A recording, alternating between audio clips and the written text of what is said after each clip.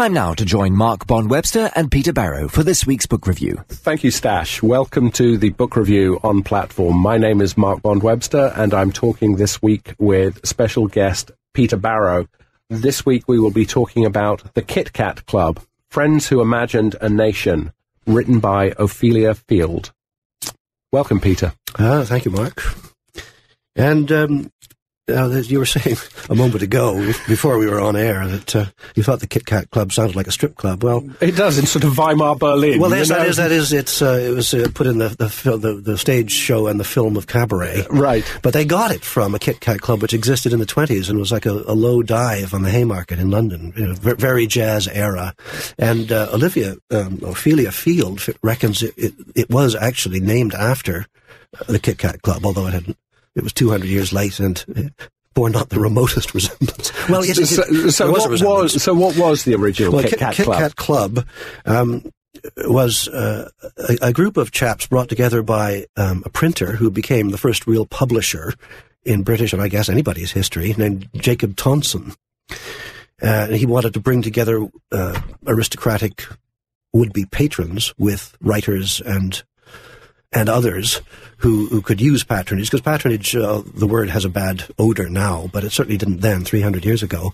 It was what society was founded on, being you found your patron who hopefully was a kind of mentor in your career and would pay for you and fund your family and your schemes and all this kind of thing. We have the universities to do that now. Oh yes, well, I mean, essentially, it's patronage of a different. Yes, to a great extent, it's more institutional. It's very personal then. Right, and so. Beginning in about 1697, now the KitKat Club itself is very sketchily documented, so it begins in about 1697, runs to about 1718. Okay. And this Mr. Tonson brings people together in the would you call it a restaurant? No, I don't know. It was a tavern, I suppose, but it was run by a Mr. Christopher Cat. Or possibly Christopher Catling. KitKat. KitKat, yes. Kit being the old diminutive of Christopher. Yeah. And Mr. KitKat was very well known for his pies. He did a marvelous pie, like mutton pie. And so he wanted to bring the gang together over a good mutton pie and quite a few bottles of red wine and other drinkables to get... I guess to get the conversation going and the connections going in a spirit of conviviality. And these were writers, artists? Well, yes. We'll zero in on the 5 people who are still quite well known today, because there were maybe about 50 in all over the years. But most of them were famous in their time, but the great majority of those have faded from consciousness over time. But still relatively well known would be the writers Congreve and Vanbrugh, who wrote what are William Congreve, and John Vanbrugh, who wrote what are loosely called restoration plays. Yep. And 2 of the fathers of journalism, English and I guess everybody's journalism, Joseph Addison and Richard Steele. Okay. Always the Tatler. The Tatler. They had briefly, surprising how briefly they lasted, but they had papers called the Tatler and then the Spectator and then the Guardian, right? Which only lasted for a year or two, say, but then the names were taken up in much later generations to give titles to the organs of the press that still exist today.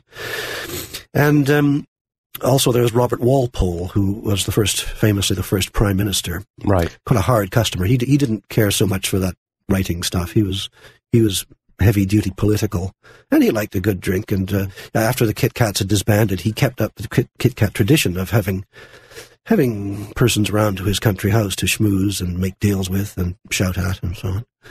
But for 20 years or so, it was this gang who got together. Now, there was huge differences in social class and status, but the point of the whole thing was to try and override all of that, trying to cut through all that. And so, as I said, in a spirit of conviviality, to make, if possible, actual friendships between dukes and earls and these commoners. Because in back of it all was the Whig agenda, W-H-I-G.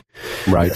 What you might very loosely call liberal. Nowadays would probably be called a liberal agenda, both political and cultural, because they wanted to get right away from any traces of either monarchic absolutism, that is the king ruling just too much on his own, right, and also to get away from parochial small-mindedness, right, and also to get completely away from the Catholic threat, the Papist threat, which was very real in those days. right. These were all, nearly all of them were at least nominal Church of England, although many were very nominal.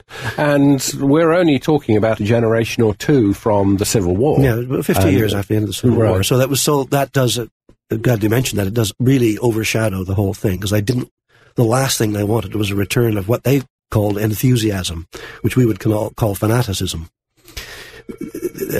And which is to this day is, for the most part, a trait of Englishness or Britishness, that people don't like the look and sound of anyone who comes on like a fanatic. So they're trying to take a classic Church of England middle way between Catholicism on one hand and Puritan enthusiasm on the other, and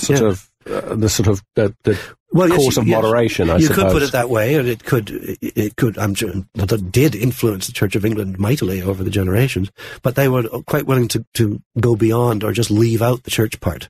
So, as I said, many of their affiliations with the church were very loose or even non-existent.